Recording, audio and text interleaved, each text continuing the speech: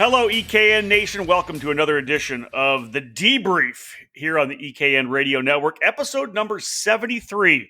It is Friday, January the 29th. The event we'll be covering today is the 2021 Challenge of the Americas opener in Phoenix, Arizona. This week's show presented by OTK USA. All over the karting world, everyone knows OTK is the gold standard for quality and performance. In the United States, OTK USA is the source for all things OTK. From the legendary Tony Kart brand to the race-winning Cosmic and Esprit chassis, and now the new Red Speed and EOS brands, OTK quality is second to none. To learn more about a specific product line or to find the OTK USA dealer near you, whether it's Tony Kart, Cosmic, Esprit, Red Speed, or EOS, visit www.otkusa.com. All right, folks, my name is Rob Howden, joined as always by David Cole, another edition of our Debrief podcast in which we do a kind of an audio race report of the event we were just at. Now, David, I say we were just at. It was actually 5 days ago when we wrapped things up at the PKRA facility in Phoenix for the opening round of the Challenge of the Americas. But we're recording this on Friday because I got waylaid and had to spend 3 days hanging out in Denver. I like that word, waylaid. Oh man, it is brutal. For those of you, here's what happened. For me to come back to Canada, I had to get a negative COVID test to be able to come back 72 hours before my trip back. I got the test done on Friday, negative, awesome. But the nurse put on 11:03 for the time, not 11:30. My flight was at 11:25 out of Denver to Canada.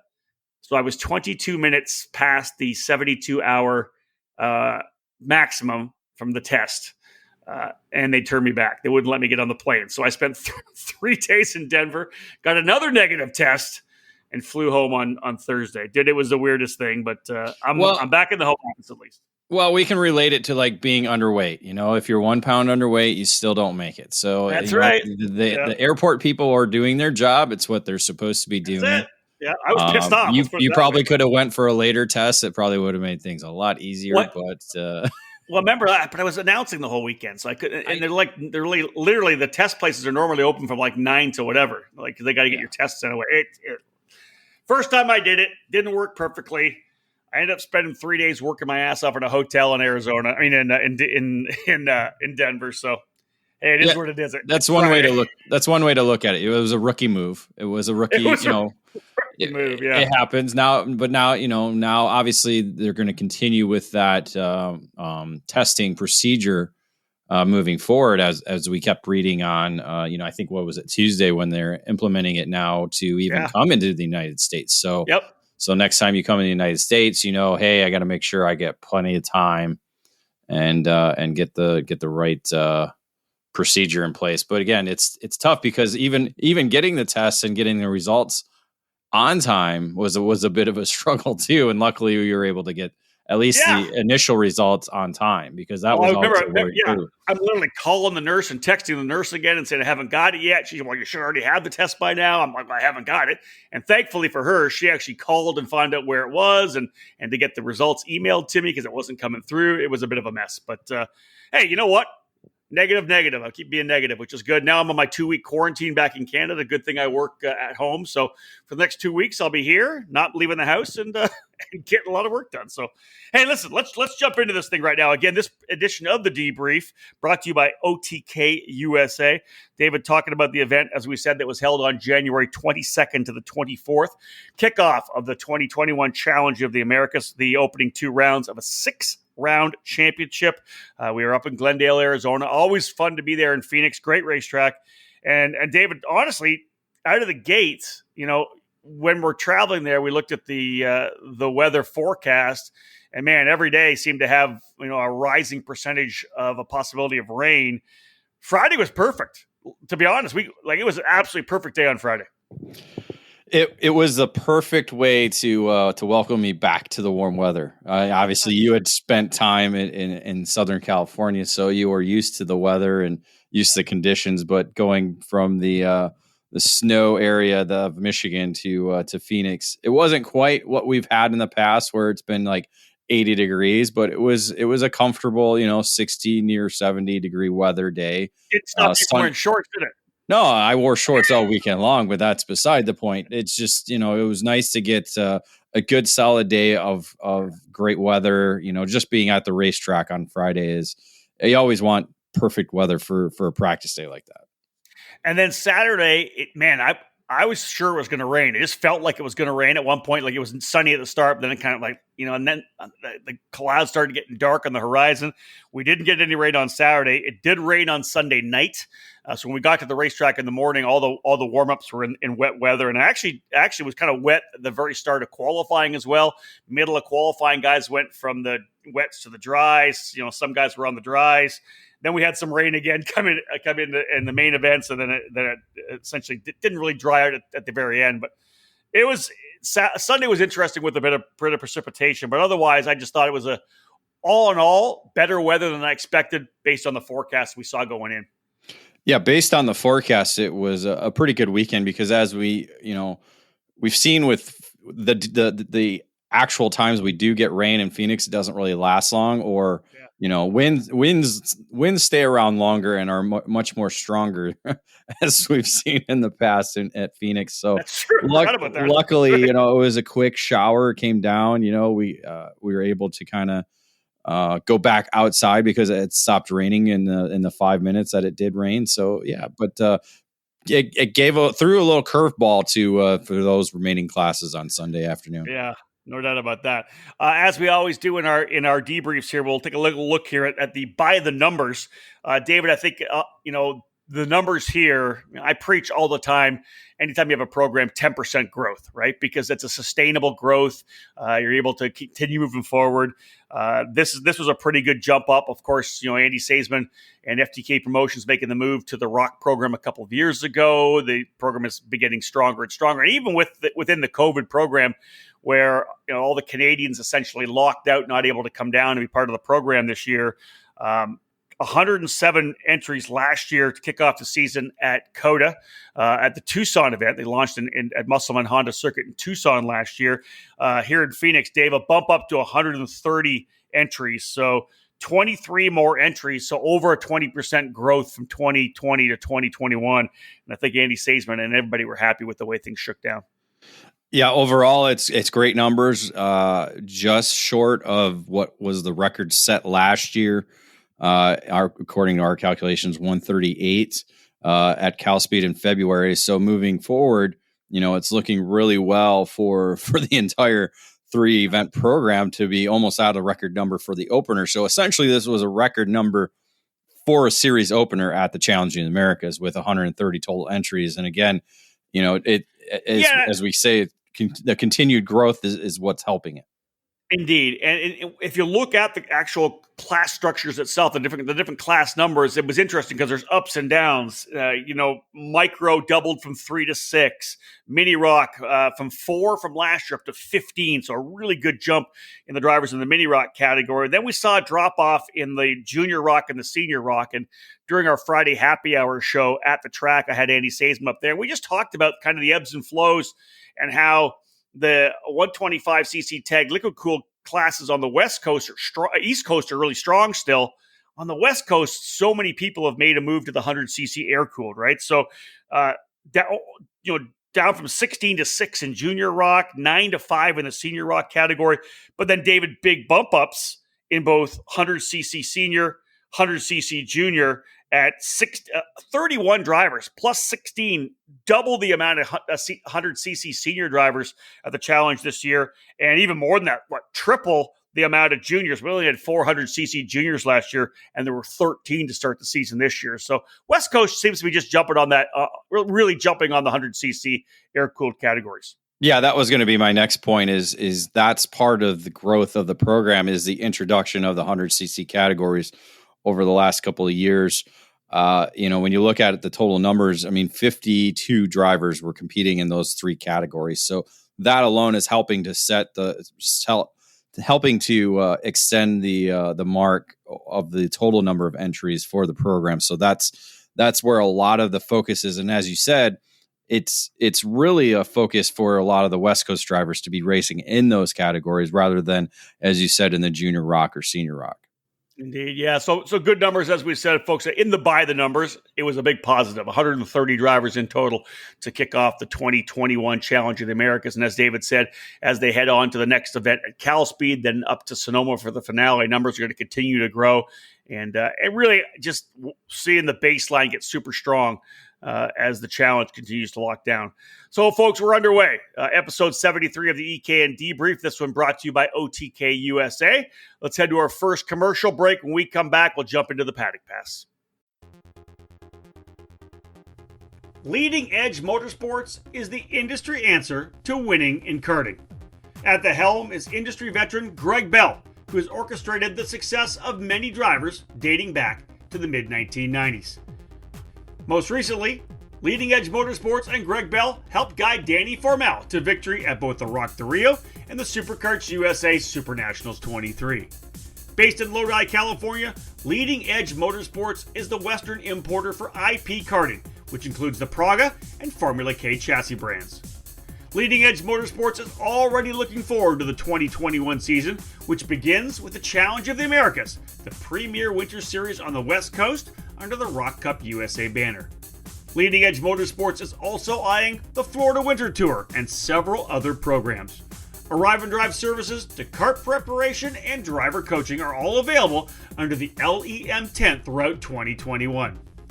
Greg Bell has been building racing engines for over 20 years, and he's excited with the continuing growth of his new Mega Power race motor building program. It doesn't matter what color your chassis is, choose Mega Power to get to the front. For more information, click over to leadingedgemotorsports.com and find them on Facebook. At Leading Edge Motorsports, winning never gets old.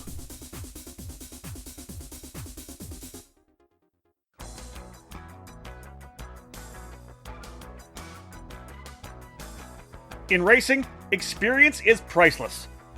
Franklin Motorsports is a leader in the karting industry with over 50 years of combined karting experience, and we can provide you with everything you need to go racing. With a large online product selection, select track support events, and a wide variety of shop services, Franklin Motorsports is your complete karting source. Check out our online store at www.franklinkart.com, where all our products are just a mouse click away. We're constantly adding to the growing product selection on the online store, and we ship daily to ensure products get to you quickly. We specialize in IAME engines, tilt seats, ceramic products, driveline branded products, Briggs & Stratton engines, OTK products, and of course, the championship-winning Merlin chassis. In our online store, you'll find a variety of items to fill your karting needs. Franklin Motorsports is also known for our wide variety of services and is home to Innovative Engine Works by FMS, our in-house engine service department. Frame straightening, kart prep, and dyno testing are all services offered regularly at Franklin Motorsports. For all things karting, visit franklinkart.com.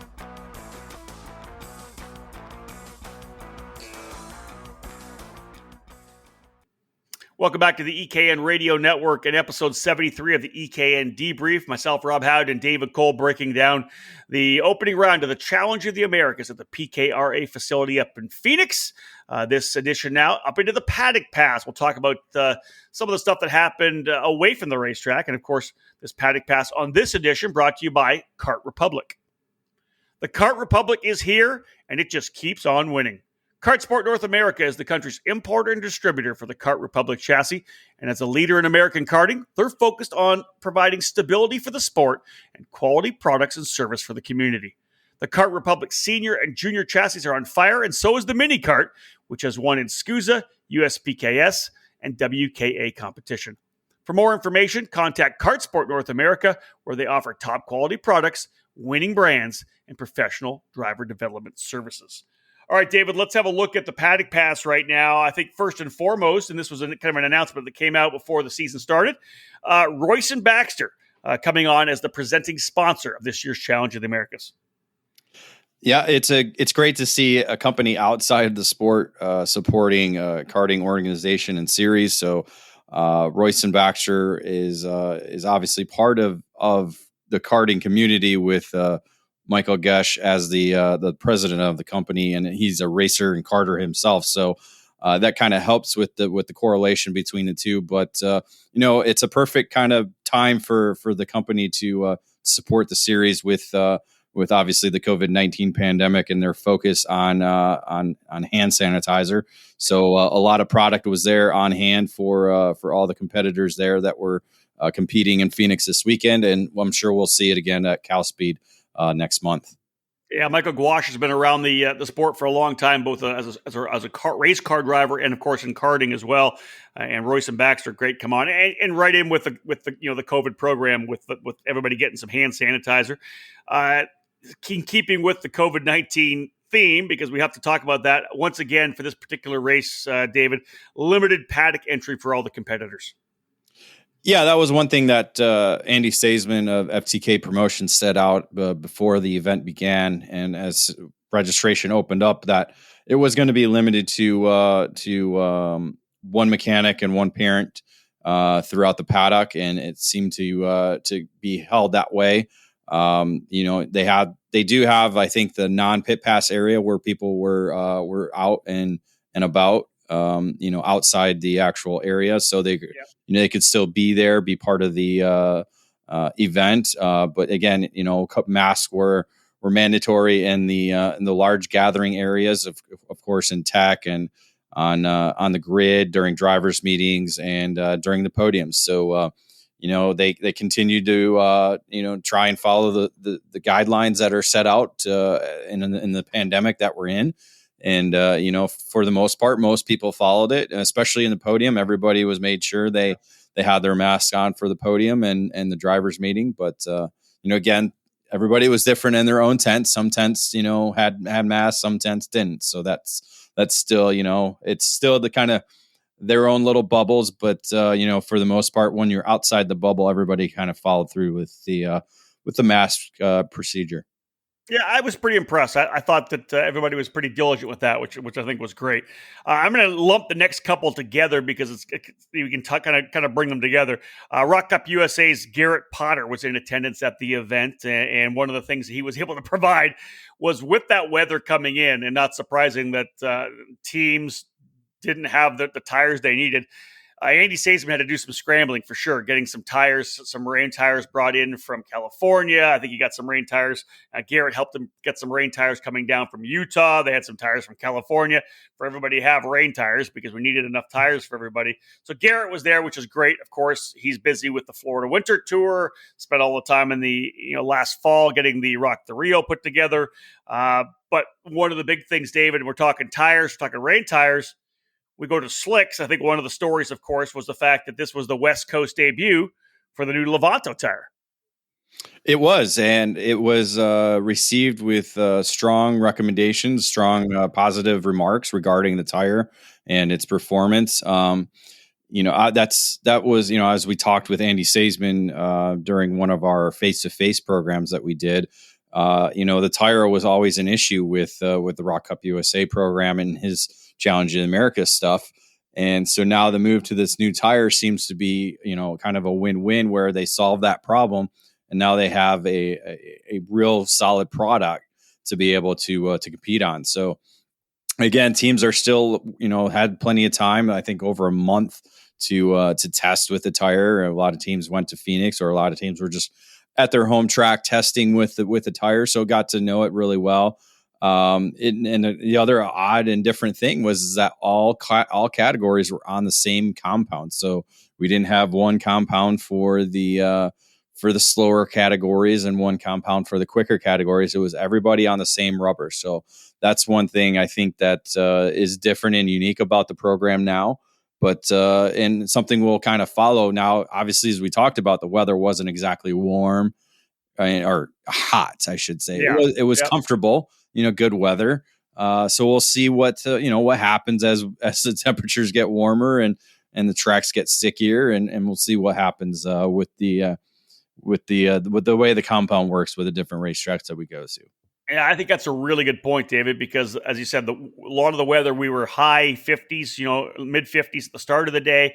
I don't think we ever got over 70 I think on the weekend. No, maybe and once or twice. it was colder on Sunday even, so it worked well in the in the colder weather, and obviously that transition from a wet track to dry track, I think it worked really well as well. It worked well too. There wasn't that. It didn't take a long time for the track to come back in, is what I'm trying. No, again, just the feel for the tire, right? Because we know that Phoenix is pretty rough on tires, but guys were showing some pretty good lap times throughout the entire run. You're only getting 40 something laps in on a race day, and we had talked to a couple of drivers saying that the lap you could put 80 laps in the tire, and you're going to get pretty much the same lap time the whole deal. In qualifying, it seemed like lap 3, 4, 5 was kind of that window, but again, a little bit cooler in qualifying earlier in the day. Yeah, I think for the quicker categories it was. I think for say the 100cc categories, even mini and micro, I think you could go a little bit longer and try and get a magic lap, depending on track spacing and track conditions as well too. But overall, I think it's a positive in the right direction for the with the Levanto tire. Let's have a look at the breakdown. One of the keys, I think, is something that's happened, obviously, is the 100cc senior category, junior and master categories, where it's since kind of the launch of this, the Challenge of the Americas, and at one point the Florida Winter Tour and the Rock the Rio, they had opened up to both the Rock VLR 100cc and the IAME KA 100, David. And I know Rock and the Florida Winter Tour have now limited it to just the VLR, whereas the Challenge of the Americas is electing to stay open to both categories. And I think the key was, and you mentioned this before, KA 100 was, I think, every senior driver was on the KA, but all the juniors were on the VLR, which I thought was interesting. Yeah, one driver, I think, jumped on the VLR but went back to IME and senior. Okay. Maybe possibly due to maybe an engine issue or something like that. So forced an engine switch or something like that. But as you stated, everybody was on the K100 in the senior category, but all the juniors are on the VLR engine. And that's something we saw even at the Rock the Rio, where the junior category has kind of swayed towards the VLR engine, where majority of the senior drivers were on the IME engine. So that's still something that we'll have to kind of keep an eye on as we move forward on the year. I think it's going to stay that way for the most part. I think it's Masters category, Masters 100cc, that we'll kind of see guys pick and choose this weekend. 6 drivers on the KA and 2 on the VLR, and it seemed to be, depending on who the driver was, both engines are very similar in that category. So again, as you said, Florida Winter Tour is all VLR, so it's something we'll kind of keep an eye on. Maybe that might be a possibility for the challenge to do next year, is moving towards that same direction. But again,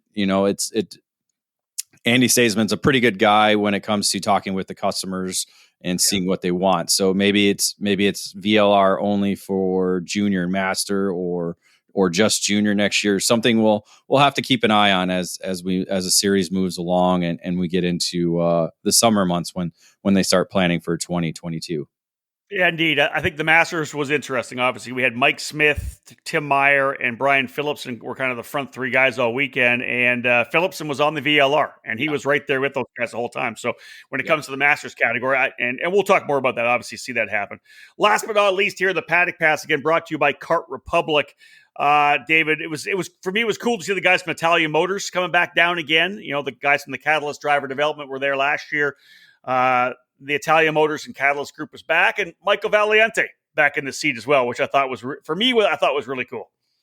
Well, just to see him back in the seat was cool, but to see him racing Masters, that's a weird part about it. It's weird to see him as a Masters driver. Obviously now he's a dad, so he is getting up there in age. The gray hairs get kind of showing a little bit more, but it's just weird. I mean, you think about it, he's one of the top shifter kart drivers that North America has ever produced. So, and it's just weird to see him racing Masters, but it's something we're seeing. Jordan Musters is now in his 5th year in Masters. Ryan Kinnear is another driver in his 5th year in Masters. These guys used to race, against Valiante back in the early 2000s. So, I would love that. That's a matchup I think I would love to see is Valiante versus Musser versus Kinnear. Maybe we'll see that down the line. Well, listen, I literally, as you're talking, I pulled out my second ever edition of Shifter Card Illustrated magazine, and the number 1 driver is Darren Elliott. Number 2 is Michael Valiante. Number 5, Alan Rudolph. Number 7, Joe Janowski.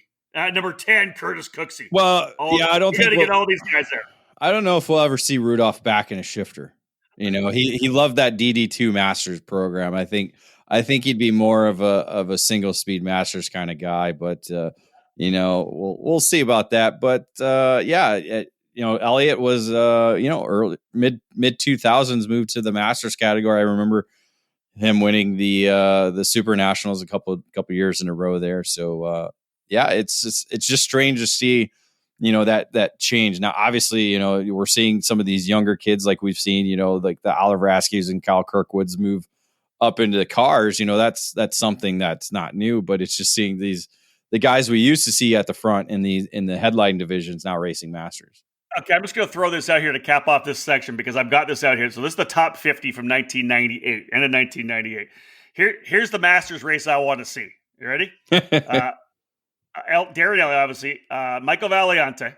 Jason LaPointe's back behind the wheel of his Track Magic. He's been racing again, so let's get him out there. Mm-hmm. Alan Rudolph, Joe Janowski, Curtis Cooksey. He was 10. Mm-hmm. Let's grab Phil Giebler at 16. Mm-hmm. Tom Dyer, 19. Bonner Moulton was 20th. Trevor McAllister, 21. These are guys that are still in the sport, right? Which I think is amazing, right? Kimball Williams was number 22. Williams. I don't think Kimball's coming back out. He was in Phoenix. He was wrenching away. He was. I saw him. Jonathan Bomarito, of course, professional driver for Mazda. He was number 27. Let's get him back out. David Odenthal from Odenthal Manufacturing. Let's get him back out. What else am I got? Let me go back down here. Riley Will from BRC. Scott Speed back as a 16-year-old in the 42nd position. Let's get it. Ethan Wilson, Supernats race winner in 43rd. What else have I got? That's it. Well, I think and Mike Mantel. We got to get Mike Mantel back out again. I think guys like Janowski, Odenthal, and Wilson will have to be in like the Super Masters. Super Masters. Yeah. Anyways, I just thought that was fun pulling that out. All right, folks, let's cap off this edition. Another quick commercial break. When we get back, it's time to go class by class. We'll start with Senior 100cc, Junior 100cc, and Masters 100cc. All air-cooled when we get back after this break. In karting, it's important to be supported by the right people. With over 40 years of experience in the sport, Trinity Karting Group has everything you need to make your program successful. We do it all, and we do it right. Trackside support and arrive and drive programs are available in 2021 for the US PKS and the Superkarts USA Pro Tour and Super Nationals with full product sales and service and professional coaching from our experienced staff. Trinity Karting Group is a full-service operation based at the Motorsports Country Club of Cincinnati, which gives us access to our custom-designed driver training facility. This allows us to offer private, one-on-one coaching to take you to the next level. Trinity Karting Group is also your Midwest home for Tony Kart and IAME, and we're your source for MG and Avinco tires in the region. Tony Kart quality cannot be beat, so call us today to put you in a new chassis for your next event. From arrive and drive and coaching programs to the parts you need, let Trinity Karting Group provide you with customer service and a racing experience second to none. Trinity Karting Group has a long history in the sport, a winning pedigree, and we're dedicated to driver development. We take pride in our professional approach and our positive attitude. Let us build a custom race program for you. Give us a call at 513-421-4463 or check us out online at trinitykartinggroup.com.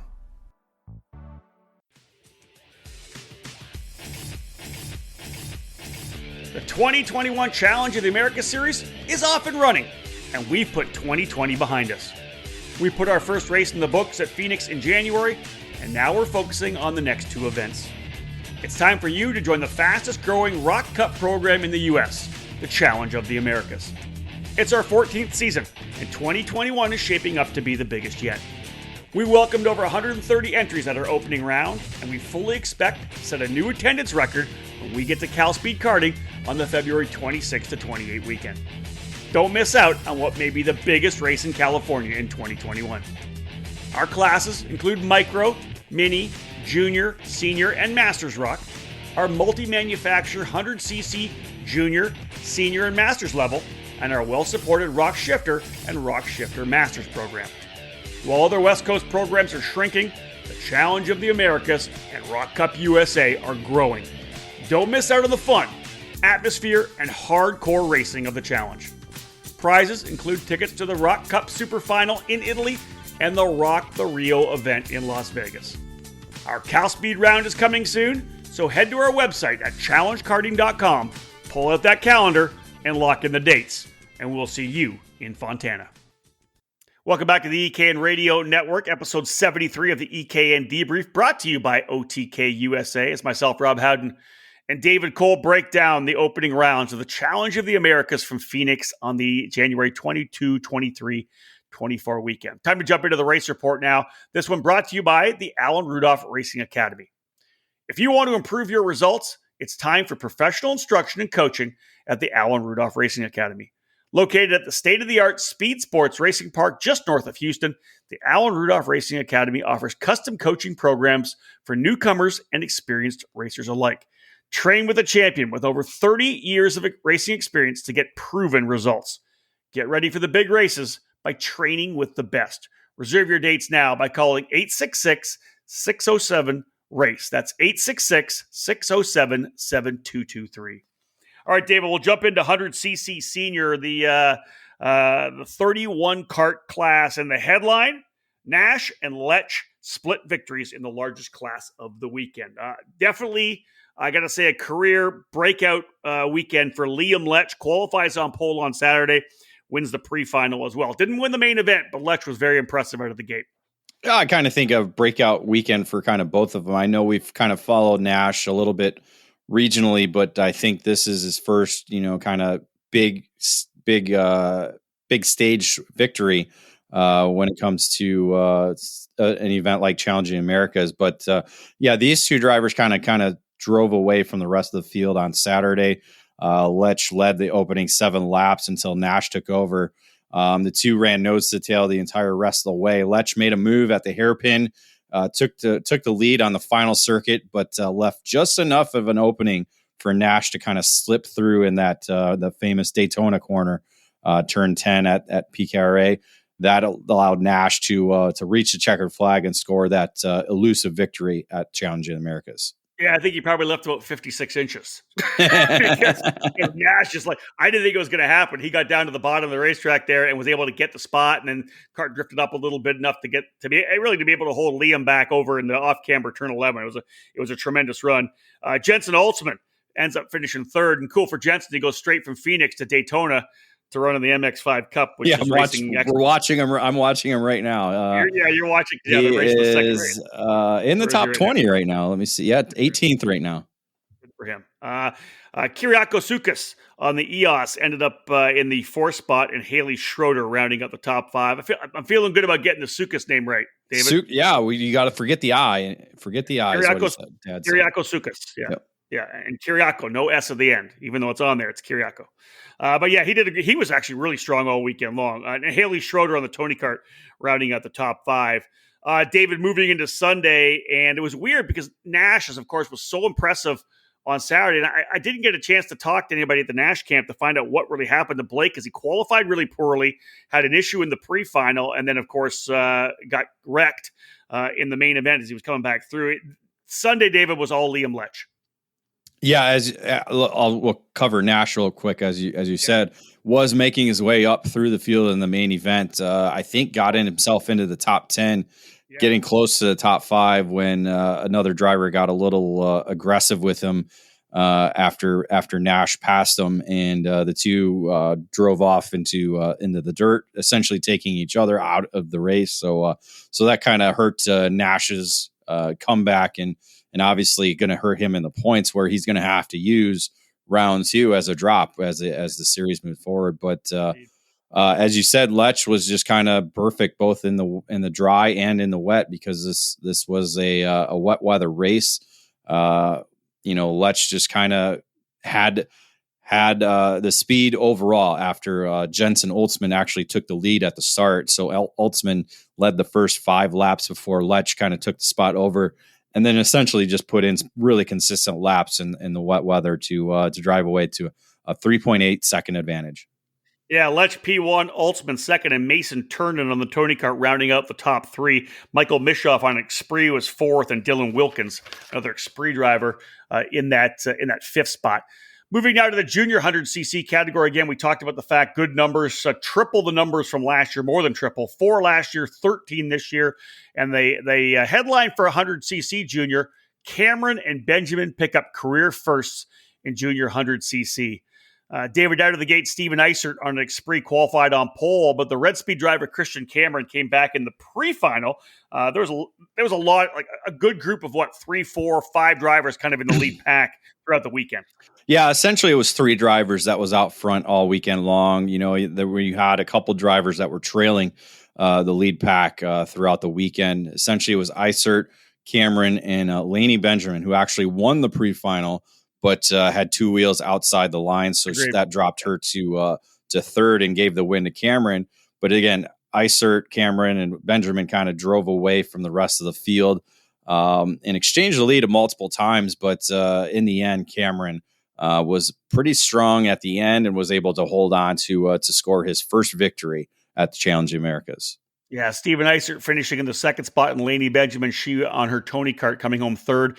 Corbin Ruschenberg on a Tony Kart, and Cooper O'Clair on the comp kart rounding out the top 5.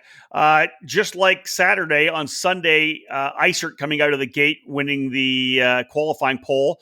Eisert then, again, David, backed it up with a win in the pre-final as well. And as you said, that 3-driver breakaway once again. Laney Benjamin, though, on Sunday, not taking any crap from the boys. She rose to the occasion.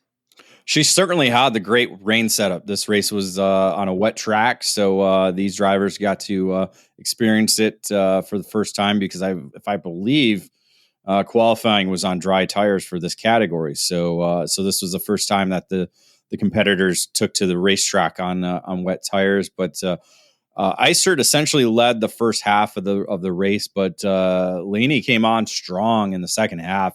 Seemed like the kart setup was great for the long run. Took the lead and just essentially drove away to score her first victory at the Challenge of the Americas. Yeah, impressive run for sure. Let's cap off this air-cooled section here with Masters 100cc. And as David had said, there was a mixture of 6 drivers on the KA, a couple drivers on the VLR. In the end, it was 3 drivers battling it out really for the top spots. But the headline, Meyer returns as top contender for title with main event sweep. Out of the gates, our good friend from Cal Speed, Mike Smith, on the EOS qualifying on the pole position. And then it was actually the VLR driver, Brian Phillips, on the Red Speed, David, getting the pre-final win. Trouble for Smith in the pre-final with a broken bumper. And I think can't remember if he made whatever move it was, but ended up somebody getting in the back of him and broke that bumper. Man, I think that probably changed things for him going into the main. Yeah, I think it happened right at the start, kind of doing like the crossover move, getting in front of somebody, and you get that the nose cone and rear bumper kind of mix and match, and it kind of just ripped the bolt right out of the chassis. So had a dragging rear bumper. But that allowed Tim Mayer to jump out to the pre-final lead and the win until jumpstart penalty dropped him down and gave Phillipson the victory. So that's why Phillips ended up starting the main event on the front row and on the pole position. But once the green flag waved, Mayer jumped out to the lead on the opening circuit. Hold on. Oh, Meyer. Sorry. Trust me, dude. Yeah. The whole time I was announcing it, because there's Sam Mayer. Okay. We've had so many different Mayers and Myers. It is, right? Yeah. I know. Ben Mayer, Sam Mayer, Tim Meyer. So like Meyer. The store, Meyer, like Myers. Yeah. There you go. Meyer. Yeah. No, there's no S. There's no S. I know. That's what the store's called. Oh, no, the store's called Meyer. That's right. Meyer. Right. Yeah, come on. That's where I go every week. It's the Michigan grocery store, right? That's right. All right. So get back at it. Yeah. So Meyer jumped out to the lead on an opening circuit. Obviously, Smith having to come from the back of the field for his DNF in the pre-final was actually one of the quickest carts on the track. Was able to run him down, got to him, led for one lap, but just could not keep Meyer behind him. Meyer. That's awesome. Yeah, you got it. Because I want to say it how you spell it. No, but that's not how you spell it. It's M-E-I. I know, but it just throws me off because the store is spelled Meijer. You know what we'll do? Well, that's how we'll spell it on the script from now on. It's a good idea. I'm going to do that. Dude, phonetically, you got to do it right. That works. That's funny. Yeah, but Smith just struggled and in one spot and struggled all weekend long in that one spot and kept trying to make a move at that one spot and couldn't get it done. He just couldn't get it done. Yeah, the guy there's absolutely zero forward biting power coming out of turn number 8 on the back straightaway. And let's be real. Tim's a veteran driver, and you have to be perfect everywhere if you're going to beat him. Right? He's one of those top Masters drivers in the country. So ends up getting the victory, as you said. Smith comes home in second, and Brian Phillipson rounding out the podium in third. Dana Estes was just kind of right there all weekend long, P4, and Steve Dunn on the comp cart rounding out the top 5. Sunday, Smith comes back with another pole position.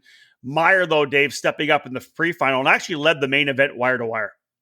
Yeah, certainly put the rest of the field behind him. They kept it close. Phillipson and Smith were right there, kind of kept close a little bit, but just were not able to make any kind of moves like they were able to do on Saturday. So Meyer was able to go wire to wire, as you said.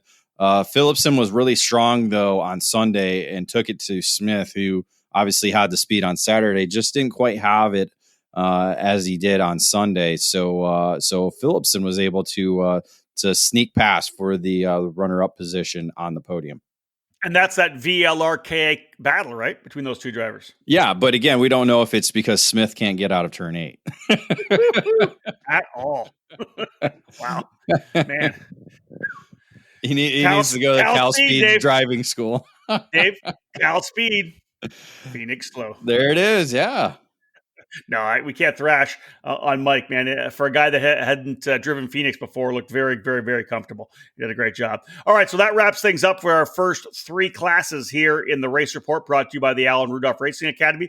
When we come back, we'll go from the air cooled to guys who are banging gears. Shifter Rock, Shifter Masters Rock, and Senior Rock up next. In Colorado, the place to go for carts and parts and everything else you need to go racing is Forward Direction Motorsports. It's Colorado's premier karting company.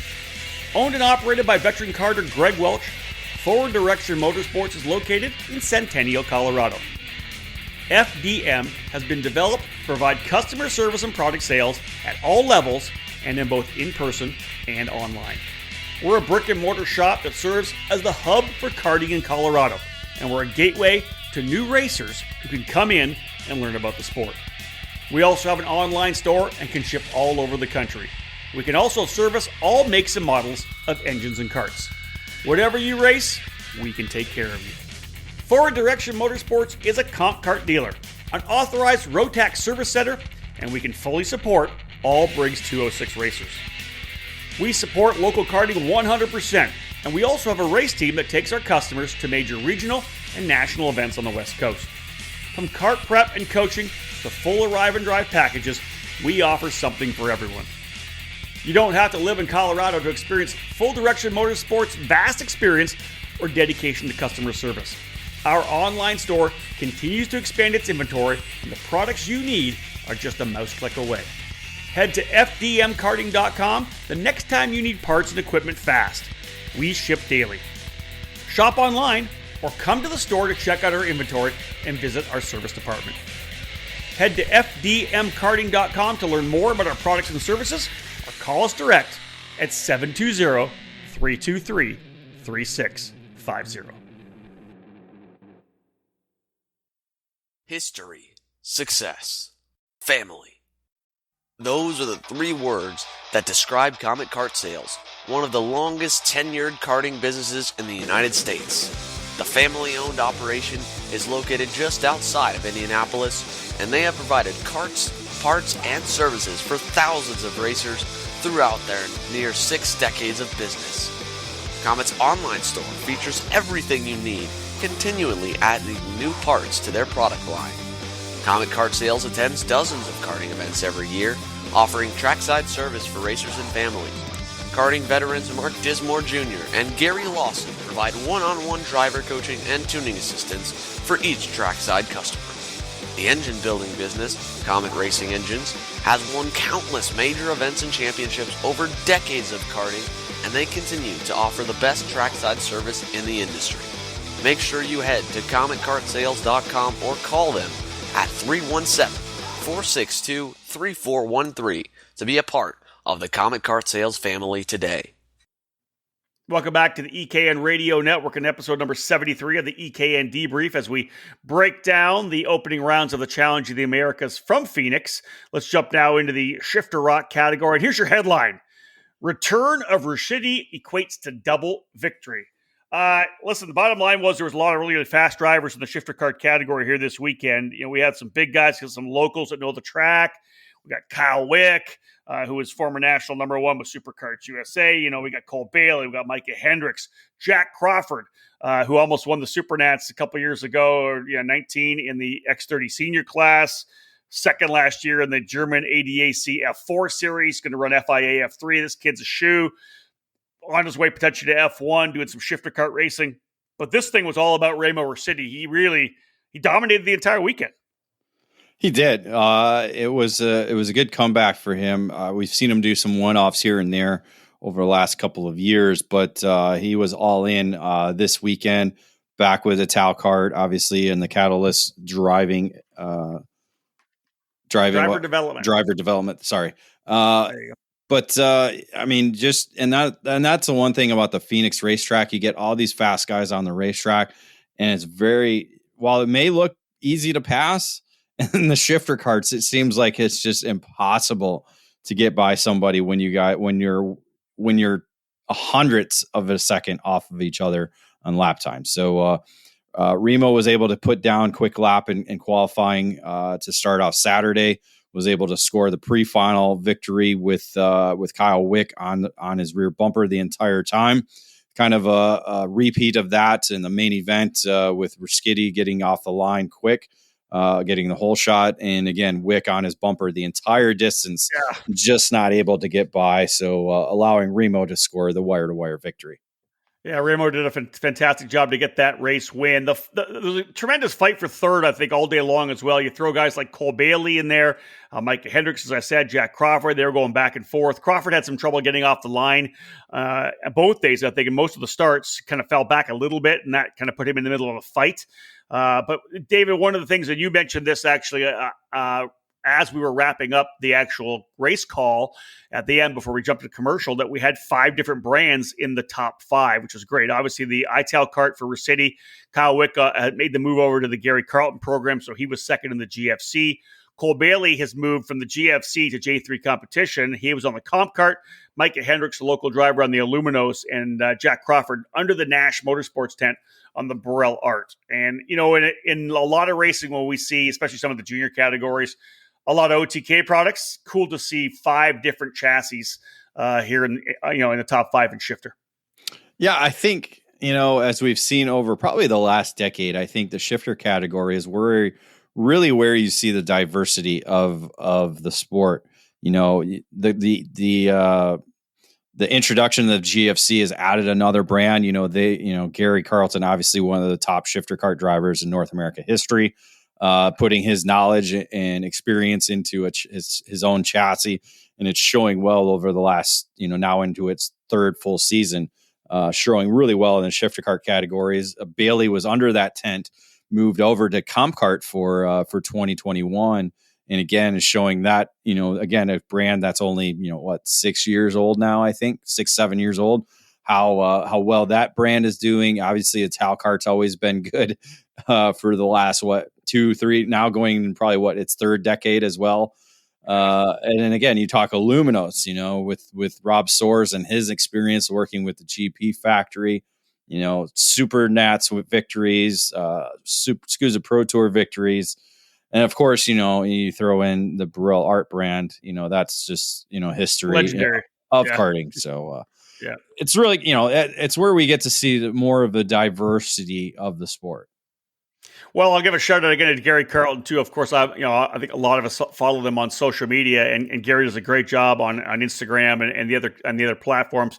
And you think about the development of GFC, and you look at the stuff he just posted. I think this from middle of this week, where they took another delivery of I don't know how many pallets of chassis, right? So the GFC invasion is happening all over the country for sure. They got some great dealers around the country as well. So yeah, the GFC program with Gary, I love the eponymous name to it. I think it's amazing, and that's a great program for sure. But again, on this weekend, Ramo City, they had things dialed in really well, and it is a tough place to pass, as you said. Things a little bit easier for him on Sunday. Qualifies on pole again, wins the pre-final, but the pre-final victory coming without any challenge from Kyle Wick right at the end of that one. Well, challenge for the majority of it, but near the end of that race, a broken shifter for Kyle Wick. That changes everything, David, right? Puts him back to 15th at the start for the Sunday main event, and that really kind of shuffled things up. Yeah, that kind of gave him a little bit of an opening to be more relaxed, but really he still put down some killer lap times and was again once kind of the green flag dropped, he kind of was able to get away, because really behind him it was kind of an epic fight for position. Even in the pre-final, we saw Cole Bailey spin off. The pre-final had a number of attrition and incidents that kind of shuffled up the field behind him. So Ruskitty was able to take care of business in the main event, and especially on the final circuit, because hold on, let's jump to the start first, because I want to mention this because you have it in here and I want to mention it. Oh yeah, that's right. Micah Hendricks, who obviously a local driver at Phoenix, tons of laps on that facility, got aggressive at the start, right? He didn't want Ramo to get away, so he tried to make a move in turn 11, which is the second turn when you're starting on the back straightaway. It's 10, 11, 12. And then you get to the front. So it's Daytona, and then the off-camber 11, then back to the right-hander onto the little short shoot across the start-finish line. Well, I was actually messaging with Hendricks afterwards. Contact at the start essentially put him on the sidelines on the opening lap. Broken wheel. I think he's ripped a piece off the wheel. He was trying to get in front of Ramo. He had a good start. Was trying to see if he could find his way by, and the contact put him out. And that kind of shuffled things up a little bit. Remember, it stacked everybody up in 11. And Ramo was able to get out of that corner cleanly. And I'll just throw that out there real quick. I know we'll talk about the rain in the last lap and everything that happened, but that was kind of the breakdown with Hendricks. I really thought he was going to make a run for the podium. Was really good on Saturday. But, got to give him props. He went for it on Sunday, and it just didn't quite work out for him. Yeah, that's right. I forgot we got to start at the beginning, of course. Because that happened, as you said, going into the hairpin turn 11. Made the contact and then retired from the race. That allowed Alan Sciuto to move up. Another driver we could see racing in Masters, as we kind of joked about a little bit earlier. But so he was able to jump up into second. But really what that allowed was Remo to kind of get away from the entire field. And so that's kind of how the race played out, essentially for the first, 15 laps, until Kyle Wick started making his way up through the field and charging towards the top five and even podium. Yeah, David, monster run, and I told Kyle this at the end of the day. We've watched Kyle over the last number of years develop his skills. Won the SCUSA championship that year, but didn't win a race, and winning the championship was just super consistent. Man, I don't know that I've seen him ever be that assertive and aggressive coming through the field. Like every time he got to somebody, he didn't wait a corner. It's not like he got there and I'll set this up. He was thinking about it, 3-4 corners earlier. Like I'm getting to this guy here, and the passes he made in the inner loop 5 and 6 and turn number 8. Deep moves down to the inside of turn, Daytona turn number 10. I just watching him come from deep in the field as he did to be able to get back to P2, I thought was just magnificent. Yeah, it was a great drive. So was able to get up by Sciuto by lap 16. Sciuto, sorry, I'll say it right. Altsman wrecked. I see Scayuto, so I spell it correctly. Altsman wrecked. So little update on the MX5 Cup. He wrecked with 5 minutes to go. Oh, no. The car. Yep. Right. So, but yeah, so it looked like it was going to be a GFC 2-3 with Shudo sitting there in third, but a group right behind him kind of challenging him for the position. And then the final circuit, the clouds decided to open up, and we saw the rain coming over the mountains that are just south of the racetrack, because the rain was actually coming from the south. And you could see it lined up on the mountain, falling down, slowly inching its way towards the racetrack. And it finally came on the final circuit. So we saw all the drivers diving around looking for grip as much as they could through that final circuit. So luckily, Remo was able to get through clean as well with Wick. Wick was really trying to push it a little bit harder than Remo was, but still came up just short, only 2 seconds behind Remo at the line, but it looked a lot closer really than what the time says. But, as the rest of the field came through Daytona, Shudo went kind of just out into the marbles and really wasn't able to find grip. I almost think he kind of dropped a wheel on the outside of the corner. Well, he had full lock on the wheel too. Oh, yeah. The thing to turn. It wasn't turning. It wasn't turning. And so you had a number of drivers kind of slide underneath him. Enzo Prevost actually ended up on the CRG sliding through for the third position. Jacob Gulick and his GFC debut in fourth.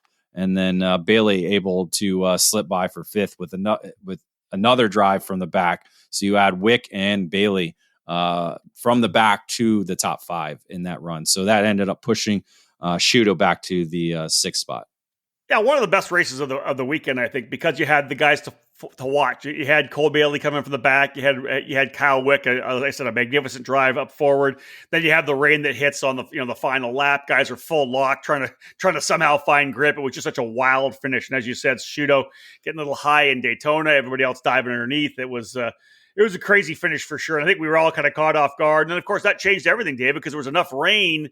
Although it didn't last long, the categories that followed had that wet racetrack, which made things, again, interesting throughout the remainder of the day.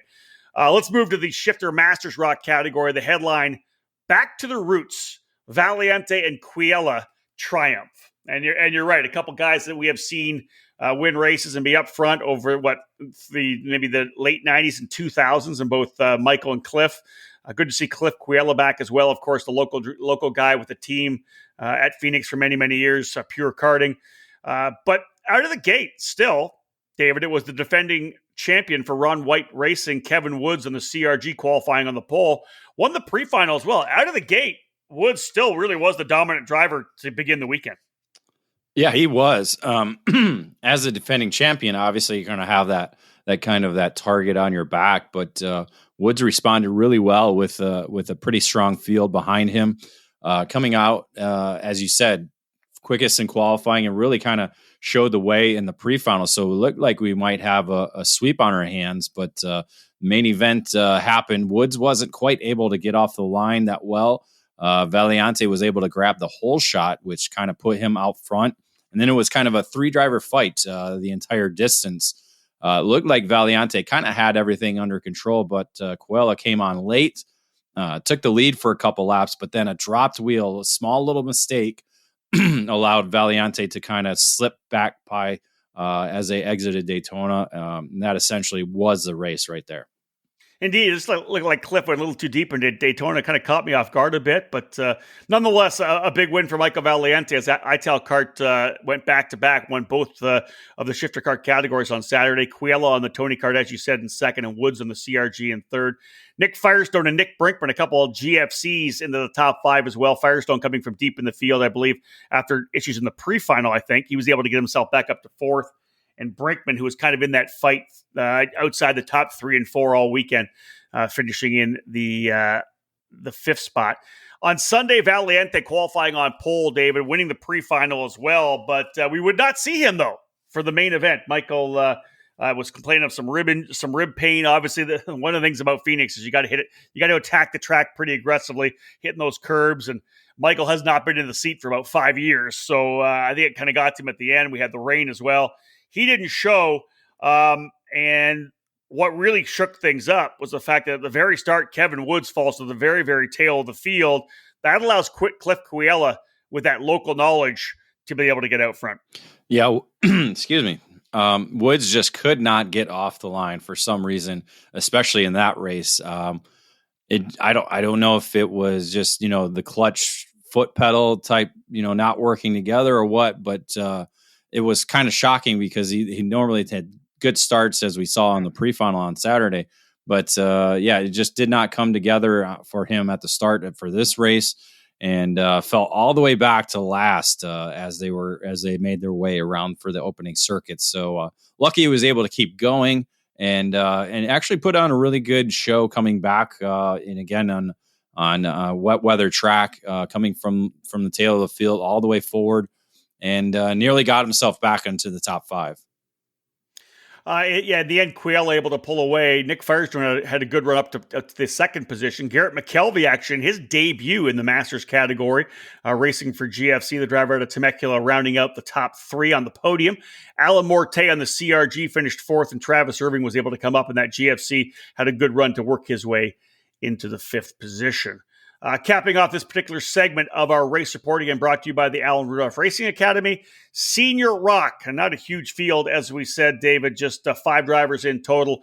Liam Lech essentially able to sweep the day on Saturday. The headline double dip for Lech, qualified on pole at the EOS, won the pre-final, and then David went wire to wire in the main event. The battle really was for second on Saturday in Senior Rock.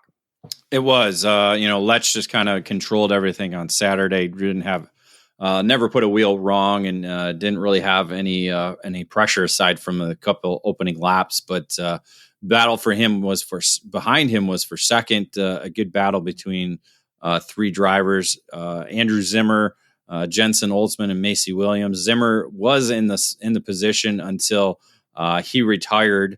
That allowed Altsman to control the position and allowed Macy Williams to complete the podium in 3rd. Yeah, Gabe Tesch and Zimmer, both the ITAL kart drivers, 4th and 5th. Moving to Sunday, Zimmer showed he had the speed, able to qualify on the pole position, but Liam Lech came back again to win the pre-final, as both Lech and Williams opting out of qualifying. David, that was, I believe, that was the wet morning, right? Because it was rained overnight. Warm-up was wet, and the qualifying for a lot of these categories was either in the wet or in the transition into the dries, right? It was kind of right in the middle there. Well, this one, Lech and Williams actually decided to not go on track. It was kind of that in between, because we saw that at the Masters, which was the class right before them. That's it. The dry tire came on late. So I think rather than kind of risking it, they kind of decided to kind of hold off, and Zimmer was the only senior driver to Zimmer and Tesch were able to score laps. I think Oldsman might have been on the wet tires, so I'm not sure if he was on dries or not, but Zimmer was on the dry tires, was able to put in the quick lap at the end of the session and score fast time in qualifying. But with small field, it allowed Lech to start 5th. So was able to kind of work his way forward very quickly in the pre-final. And I mentioned this in the race call. We'll see what happens here right now, because obviously Zimmer ends up finishing second on the day. Zimmer gets the bonus points for qualifying on pole. If it comes down to a championship battle where Lech ends up losing to Zimmer, we're going to look back at them not going up for qualifying to try to take that top spot, because that's the difference, right? Zimmer was able to get the pole position. We'll see if that plays out when we get to the finale at Sonoma. But nonetheless, in the main event, Lech led wire to wire. Zimmer was in the middle of a battle, ends up coming to P2 late in the race. All told, though, Lech again dominating the action. Yeah, and 5 points for the top qualifiers. So again, that could come down to it in the end. Again, everything just the middle round that we'll see at Cal Speed, those two rounds, that'll really dictate whether that session is going to be important or not. That's right. All right, folks, after this break in the action, we're going to come back and wrap up the race report. Masters Rock, Junior Rock, Mini and Micro after this quick break. Winning takes top quality equipment, flawless preparation, experienced coaching, and passion. And at Team GFC, we live our passion. Developed by American karting champion Gary Carlton, the GFC chassis has become one of the newest brands to reach the top of the podium in North America. GFC has garnered victories and championships at all levels of the sport since its debut at the end of 2018. Shifter car drivers are at the front of the field running the GFC GT14 frame, and the SS31 has become a solid contender in tag and 100cc competition. Team GFC has arrive and drive packages available for all categories, including the mini and micro classes, utilizing the GFC RR5 Cadet chassis. These young pilots have the opportunity to be part of the Team GFC Young Driver Development Program. Learn from one of the best American karters with over 25 years of racing at the highest levels of the sport, offering personalized training on and off the track. Follow GFC Karting on Facebook and Instagram, or click over to gfckarting.com to learn more about joining Team GFC in 2021. GFC, live your passion.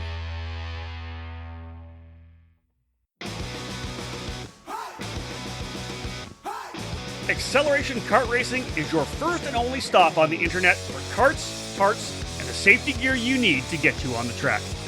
Visit shopakr.com for a great selection of karting equipment on a user-friendly website. Acceleration Kart Racing has aligned itself with many of the top manufacturers and distributors in the sport to ensure all the latest equipment is available to you, the racer. With over 20 years in business and customer support available 6 days a week, you can be confident about getting the right parts at the right price when you need them. Be sure to visit shopakr.com today or stop by their headquarters in Las Vegas. Make sure to follow Acceleration Kart Racing on Facebook, Twitter, and Instagram for the latest specials and new arrivals.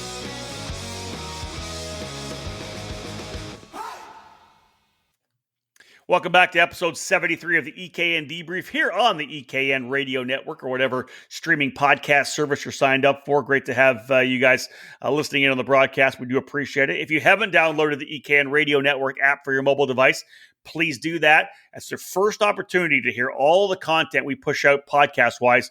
Put it there first, then we turn it into podcast form. So always great for that morning commute on the way to work, coming home, whatever it may be, whether you're working in the shop in the cart, getting things dialed in. We do appreciate it. Jumping now into the final segment here, of course, this edition of the Debrief brought to you by OTK USA, and back to the race report presented by the Alan Rudolph Racing Academy. Let's go to Masters Rock, a total of 12 drivers in the category on this particular weekend to start the 2021 season. Here's your headline. Defending two-time champ begins path to a third. Well, I like that, David. That's good. Because in the end, this was all Derek Wang all weekend long. Adam Kasich put a lot of pressure on him, but to be honest, Derek Wang really, other than him not then qualifying on Sunday, I don't think Derek put a wheel wrong the entire time. Derek on the EOS chassis, stepping over to Keel again, wrenching on the machine as he does for Derek and has for many, many years. He qualified on pole Saturday, won the pre-final, and literally Dave just walked away in the main to a 4.4 second win. Yeah, just a stout opening round for Derek to begin that drive to a third championship. And again, Kasich, right? Kasich, did I say it right? Kasich, that's right, Kasich. Kasich and Cleveland were quick, just did not have the I guess the long-term pace to keep a challenge up for Derek Wang. But again, three strong competitors, four when you add in Tim Meyer. Sorry, yep. I told you I can't talk. Well, see, if you look in the middle, it's I'll look at it. I'll look at it. Meyer. We'll get it. But again, 4.4 second advantage for Wang after the 20 laps. It's a pretty solid opening stint for the defending champ. Yeah, Adam Kasich for Forward Direction Motorsports on the Cosmic was there all weekend long. It was there early, right? Probably on the comp car. Was there all weekend long, too. Yes. Like, literally was there with him for the first 5 laps and then Derek would kind of inch away. On the Saturday main event, Billy Cleveland put on a show coming from deeper in the field, able to work his way up to P3 in the Cosmic. Tim Meyer on the EOS in fourth, and Pat Beckley was right in the fight throughout the weekend on the GFC. Moving into Sunday, Kasich able to qualify on the pole. Wang comes back in the pre-final. Changing conditions, David, as you said during qualifying. Kasich was on the wets, and I think Wang went out on the dries, and he kept getting quicker and quicker right through that qualifying session, as I remember. And I think his last lap was the best. Maybe a couple more laps to get more heat in the tires, and he might have been able to get that pole away from it Kasich. Was 79 thousandths that Wang Derek came up short on the 8th circuit, late 8th and final circuit. Yeah, there you go. Exactly. Wang then, of course, coming from the outside of the front row, drove on to win the pre-final and led all 19 laps in the main event. Yeah, it was a pretty good statement for Derek to come out and say, "Hey, look, two-time defending champ," which he reminded me of because I forgot to mention that in a preview. Because I knew he'd won last year, I forgot he won in 2019. So yeah, and then we look, and I don't want to jinx him, but we haven't had a 3-time winner at the Challenge in Americas ever in any category. So not let alone 3 years in a row. So so this will be this is a kind of a good statement, good way to kind of open things up. And again, though, but we Adam's going to be a great challenger. I know throughout the next 4 rounds. I agree. One thing we didn't mention was I said 19 laps in the main. Mains were scheduled to be, I think, 20, right, David? But instead, with the rain that we had, the challenge crew elected to go to timed races in the main events, the pre-finals and the finals. So there were 14-minute races. Now, once we got to the 14-minute mark, the next time around, they threw the white flag. I think the mini and micro drivers were able to get their full distance in. The other categories essentially coming maybe 1 or 2 laps short. The idea was if the rain was coming, we were staying with a time-specific schedule to a certain extent, because obviously when it rains, lap times get a lot slower. You get off schedule. And anytime you have a winter series, you got to worry about the lights. So that worked out fantastically. We literally finished probably even a little bit earlier than we would have on Sunday. So all in all, a tremendous call there from the guys from the Challenge of the Americas and Race Control. Well, it did, and the rain did come. So it was a good move because we were able to stay on schedule for those last categories that were in the wet conditions. So everything stayed on time. We got to do the podiums in the daylight without any nighttime podiums and get everybody out on time. So that was good. Yeah. Let's move to Junior Rock. The headline: Mossman replaces trip to Portugal with 2 wins in Phoenix. And David, you can go deeper into that once we get to the end of this one here. Diego LaRocque, local driver, qualifying on pole on Saturday in Junior Rock. Mossman came back on the comp cart and won the pre-final. It took kind of control there, and then literally got out of the gate really strongly at the start of the 20-lap main on Saturday, David, and just essentially controlled it and led all 20 laps. Yeah, really had things under control once he got the lead in the pre-final, and never put a wheel wrong. Made all the right moves, was consistently fast, and established himself as the winner on Saturday. Give the insight on the headline. Obviously, Mossman, part of the Rotax Team USA for the grand finals, and of course that event getting canceled, right? Yeah, obviously that would have been going on right now in Portugal, but due to the COVID-19 guidelines that were set out just days before drivers and competitors were about to begin their travels to Portugal, Rotax decided to cancel the event in Portugal. So Mossman was going to be there as a junior max competitor after winning the U.S. Rotax Grand Nationals and Charlotte Motor Speedway back in September. So instead of he had a whole plan, he was going to do Florida Winter Tour, did some car racing, and then was going to go to Portugal. But with the event canceling, he switched flights to Phoenix and took part in the opening weekend for the challenge. So it was kind of a good cancellation for him in a way. Well, the interesting thing, too, is it potentially replacing, would eventually go back probably to the Rotax Grand Finals, however they lay that out. But now on a route to potentially able to go to the Rock Cup Super Final as well, with leading the points now in the junior category. Again, as you said, led from start to finish. LaRock ended up coming home in second. Jesus Vasquez Jr. on the Charles Leclerc chassis coming home in the third spot. He was pretty quick all weekend long as well. Tristan Young, last year's Mini Rock champion, a good debut here in the junior class on the VME, finished fourth. And Deanna Hoffman on the EOS rounding out the top five. On Sunday, Vasquez was actually the quickest driver in qualifying on the Charles Leclerc. LaRock, the local shoe, knowing the track, moves his way to the lead in the pre-final. Again, Vasquez P1 in the wet qualifying, David, I thought it was fun to watch, but in the pre-final, goes off in the opening corner, drops a wheel, right? Yeah, on the exit of that corner. Yeah, Vasquez was actually on the on slick tires, if I recall. It's very similar to what happened. This was junior, senior. Sorry. So I think everybody was on the slick tires, and again, just was able to get the tires up to temperature. And again, by the end of the session, was the quickest driver in the junior field. But again, as you said, pre-final drove straight off at Daytona and collected Tristan Young in the process, and so that kind of took them off the course and out of the race early. That allowed Mossman to kind of drive away to the win in the pre-final, but a 2-position penalty for a jump start dropped him off the win for the pre-final. So those could be points that he might need later down the road. That gave the win to LaRock, but as we said, Mossman just really strong once out front on the opening lap of the final and drove away to a wire victory.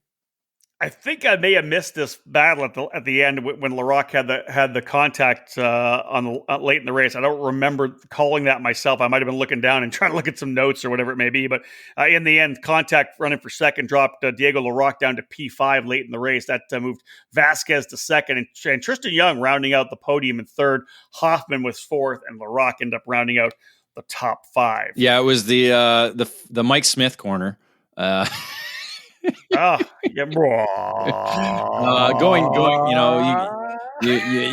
you make those, you make the run through the S's there, and you set up for the hairpin. And I didn't see it. I heard it happen behind me. I just saw LaRock was off the racetrack. Yeah, so just contact going into the hairpin that LaRock went off, and officials deemed it as a racing incident. So. All right, let's go to Mini Rock now as we continue to wrap up the race report brought to you by the Alan Rudolph Racing Academy. In Mini Rock, the headline, Antonino doubles up in series debut. John Antonino, David, running with Race Liberante's Race Factory program, qualifying on the pole position, really dominated the action on Saturday. Qualifies on pole, wins the pre-final, and flat drives away to a 9.5-second victory. There really was no doubt at all for John Antonino on Saturday. No doubt about it. He was the driver to beat all day long. And as you said, a big margin of victory, essentially, almost half a second a lap there. When you kind of look at things overall, it was a really great battle behind him though, all day and all weekend, for podium positions, second and third generations that ended up scoring the positions with Truly Adams on the VLR scoring the second spot, beating out Rocky Moran on the Kart Republic for the runner-up spot. Cypress Andrus, a graduate from the micro division, fourth in his debut in the Mini Rock category, with two VLRs on the top five, with Jacob Longnecker scoring the fifth position. Yeah, all in all, some really good racing behind Antonino. Again, he was 9.5 seconds up the road, as we said, but the battle back there for second, third, and fourth, they were just dicing back. It was really, really fun to watch, as Mini Rock always is. On Sunday, again, with the weird qualifying, I can't remember if it was wet for their qualifying. David, do you remember? No, it was dry. But again, Mini Rock's not a lot of weight. So obviously needed the entire session to kind of help build up the tire temperatures, but Gage Korn was able to secure a fast time in the session, with John Antonino back and forth once the session got over.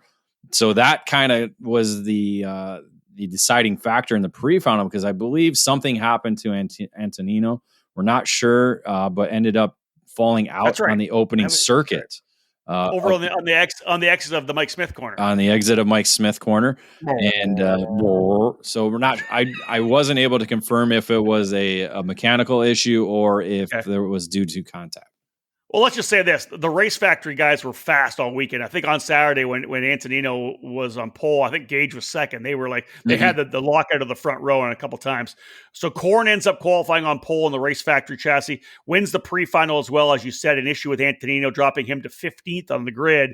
But really that just set up for another show for John. And to be honest, you and I both love the fact when guys have to come from the tail of the field, because if you qualify on pole, win the pre-final, and win the main event without driving against anybody, walking away, it's a big satisfying victory. But you don't learn anything from it, right? I'd rather see guys come from the back. And John coming from P15 on the grid, I want to say he might have been like 7th or 8th, I think, after the opening lap, kind of dodging his way through some of the slower cars. Yep. 7th. There you go. So 7th after the opening lap, and then literally just Dave drove through the field to score the win. It was literally a cart per lap that he moved. Yeah.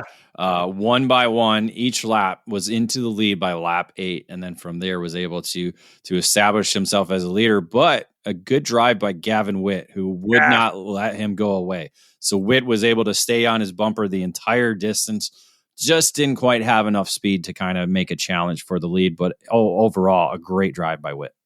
I agree with you. Gavin, one of the other drivers at Greg Welch's Forward Direction Motorsports team. And man, he really stepped things up on Sunday. I was impressed with what Gavin was able to do.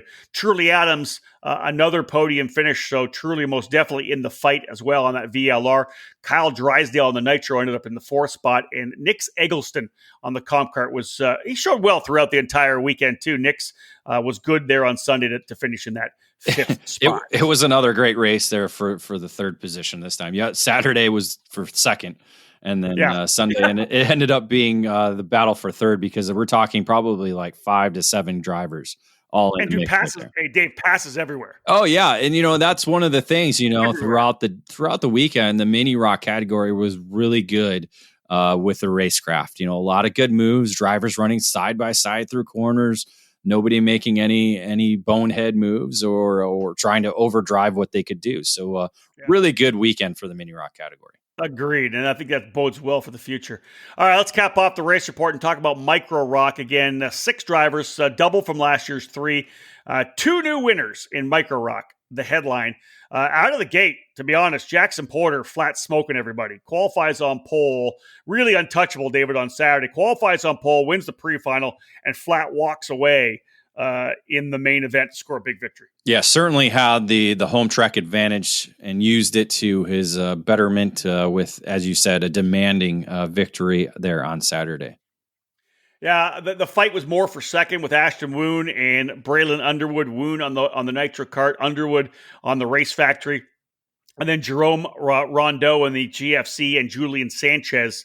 I think Sanchez is on the GFC and Rondeau on the Tony kart. Oh yeah, correct. Yep, yeah, that's correct. Flip that back around. Yeah, that's what I thought. So Rondeau ends up in 4th, Sanchez 5th.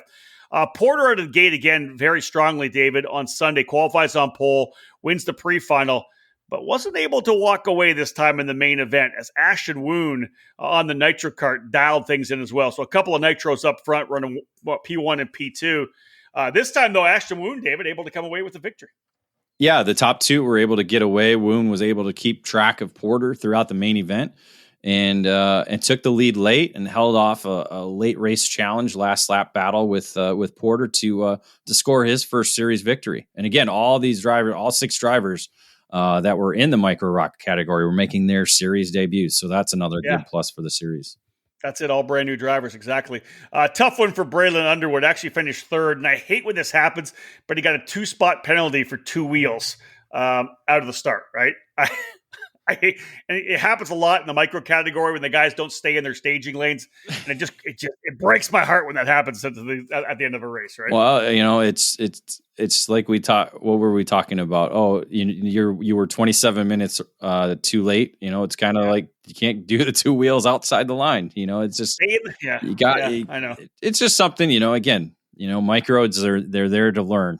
And it's just part of the learning process that you got to kind of have to endure when you're in the micro division. All right, folks. Last break in this edition of the debrief. When we get back, we're going to wrap things up. We'll look at the Constructors Championship, and we'll tell you where we're going to be over the next couple of months with the EKN Trackside Live Race Calendar. There's a new hot button name in American safety equipment, Stilo USA. Every product with Stilo is focused on safety, comfort, and function. Stilo USA is happy to provide you with the proper safety apparel to keep you protected on the track, and their karting lineup is second to none. The ST5 KRT karting helmet is available for $599. Manufactured using a lightweight and extremely strong composite material, the KRT provides an excellent fit and comfort level due to its dual density interior foam lining, and it's equipped with a symmetrical visor that offers excellent vision and an effortless central visor locking system. The ST5 CMR standard was developed jointly by the FIA Institute and Snell Memorial Foundation to ensure safer and lighter weight helmets for the younger karters. Drivers rave about the superior comfort levels, lightweight construction, and the unparalleled field of vision. The perfect youth helmet is available for $549. Stilo didn't stop with their helmets either. The newly developed Carbon Curva Rib Protector is unlike any on the market, with its form-fitting solution to offer superior protection. Head to StiloHelmets.com to review these and many more products to keep you safe on the track. Stilo. Any competition, one helmet.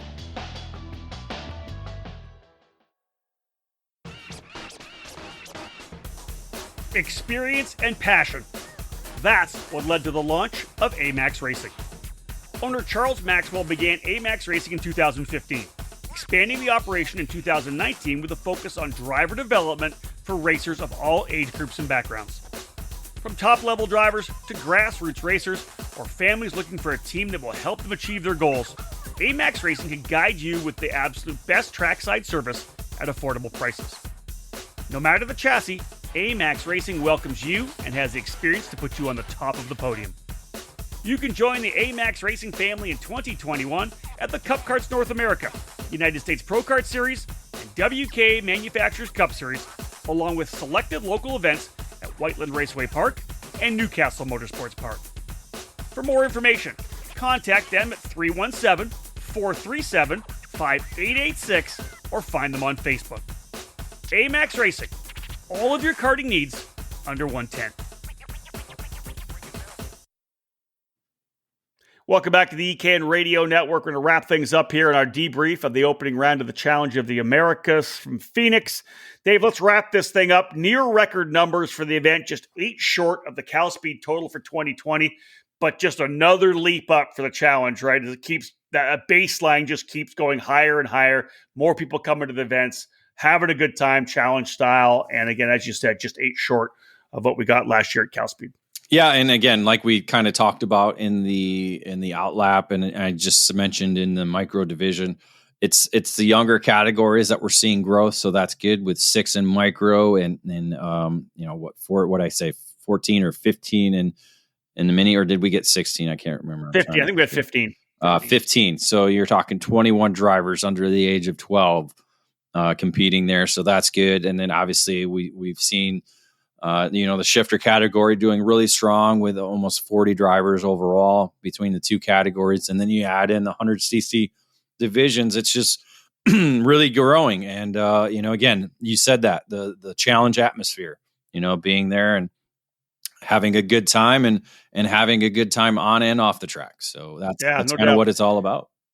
Couple things to wrap it up here. First time we've had rain at PKRA in some time, but David, at the end, bottom line is this, and we never talk about it on the weekend, but when it's all said and done on Sunday, no red flags or major incidents at all throughout the weekend. I think you said something at the end on Saturday, but that's okay. Yeah, but for Saturday. That was for Saturday, so that's good. But overall, a clean weekend. No major incidents. We didn't need to use the ambulance that was there, rain in Phoenix just does not go together. It's just so weird to see rain there, but it happened first time I think with Challenge. I don't think we were there when they had the monsoon a long time ago, back before we started going there with EKN Live. I think they had to evacuate at one time because of flood issues every night. They had to actually evacuate the paddock every night because of possible floods. So that's interesting. Yeah, it is. Yeah. But so first time it didn't snow, So it snowed there Tuesday, so it didn't snow for us. So that's good.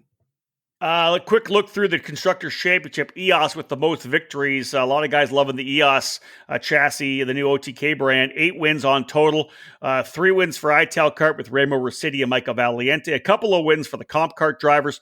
2 wins for Nitro. Race Factory, of course, with John Antonino with a couple. 2 Tony Kart wins. And 1 win for Red Speed as well. All right, let's wrap this edition up with the EKN Trackside Live race calendar. Again, great to have Cooper Tires on board with us again for 2021. This calendar today, though, brought to you by Briggs Racing. Briggs & Stratton is powering Operation Grassroots around the world. No other engine manufacturer is getting new and returning drivers to the kart track like the Briggs 206. The out-of-the-box performance of the Briggs 206 provides the most fun, excitement, and reliability of any karting engine on the global market. Learn more about the 206 engine and the history of Briggs & Stratton's century-long commitment to motorsports at www.briggsracing.com. Briggs & Stratton, what powers you? All right, David, we'll cap things off with the EKN Trackside Live race calendar, anywhere between 15 and I think 18 events this year. Still a number ready to lock in. A couple of races on tap here for the month of February as we get ready to turn the calendar page very soon. February 12th to the 14th, the second event, the third and fourth rounds of the SuperKarts USA Winter Series at AMR Motorplex in Homestead, Florida. And then we'll cap off the month of February 26th to the 28th, heading to Cal Speed Karting for the Challenge of the Americas rounds 3 and 4 in Fontana. Dude, another opportunity in Cal Speed for an In-N-Out burger for you. Man, you know, that Thursday dinner was probably the best dinner I've had in a long time. Even though they got the order wrong, we got the replacement. It was still good. It was so good. That was good. I just had somebody I know, Adam Lacey from Cup Karts North America, went to Phoenix last night and showed me his In-N-Out burger from there as well too. So yes, Cal Speed will have plenty of In-N-Out and smash burgers as well too. That's very true. Yeah, that's exactly that. All right, folks, that wraps things up. Again, a couple of races for coverage for you in February, both the SCUSA Winter Series and the Challenge of the Americas. But that wraps things up for this edition of the Debrief. It was awesome to be in Phoenix again. 11 months, I think, since the last time we were, of course, in Cal Speed. We didn't run the finale last year because COVID-19 hammering us in mid-March. We're looking forward to a full season, all 3 events here in 2021. We do want to thank Andy Saisman and everybody at the Challenge of the Americas for inviting EKN back again this year to be the official media partner. We love being trackside. We love being able to do the play-by-play and the live EKN broadcast. Big thank you as well to OTK USA, the presenting sponsor of this edition of the Debrief. Otherwise, we are done. On behalf of David Cole, my name's Rob Howden. Bye for now.